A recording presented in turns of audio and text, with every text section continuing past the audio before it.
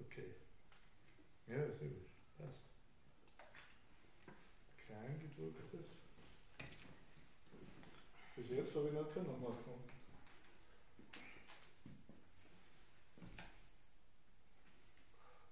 Ganda. Was das verstehe ich nicht.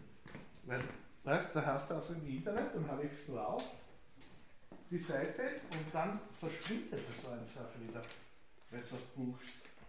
Da habe ich ja die Seite schon gehabt. Warte, ich werde schon anfangen. Das heißt, musst einfach mit Internet, mit Handy ein bisschen spielen. Ja, So, ganda. wo muss ja die Nummer sein? Helga. Frühstück, alle waren Frühstück wurde wunderbar, das ist immer gemütlich. Die Kunst ist dass man sagen, das ist alles klar. So, ang ganda ng kusina. So, at ayan naman ang ref. At ang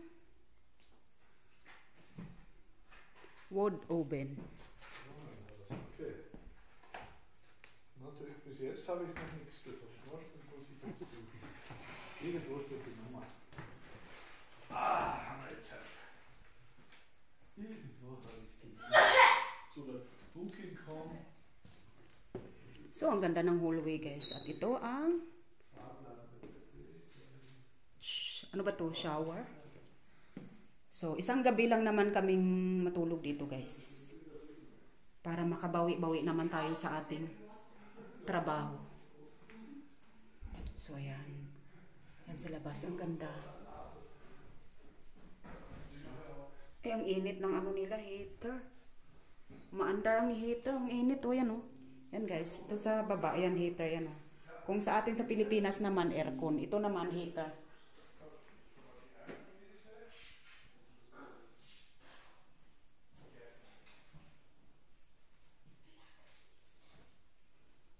So, ganda ng lababo, malinis. So, doon naman tayo sa kabilang. At ayan naman ang kanilang main door. So, ayan ang CR. So, ang cute. Iba talaga kapag kahit na ano lang ang bahay, hindi mamahalin, basta maayos lang ang paggawa. Ang ganda tingnan. So, ayan. Ang pangalawang bed.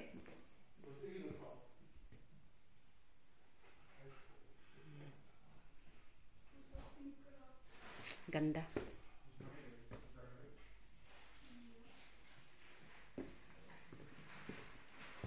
Lagayan nila ng sapatos. Ayan naman ang ating.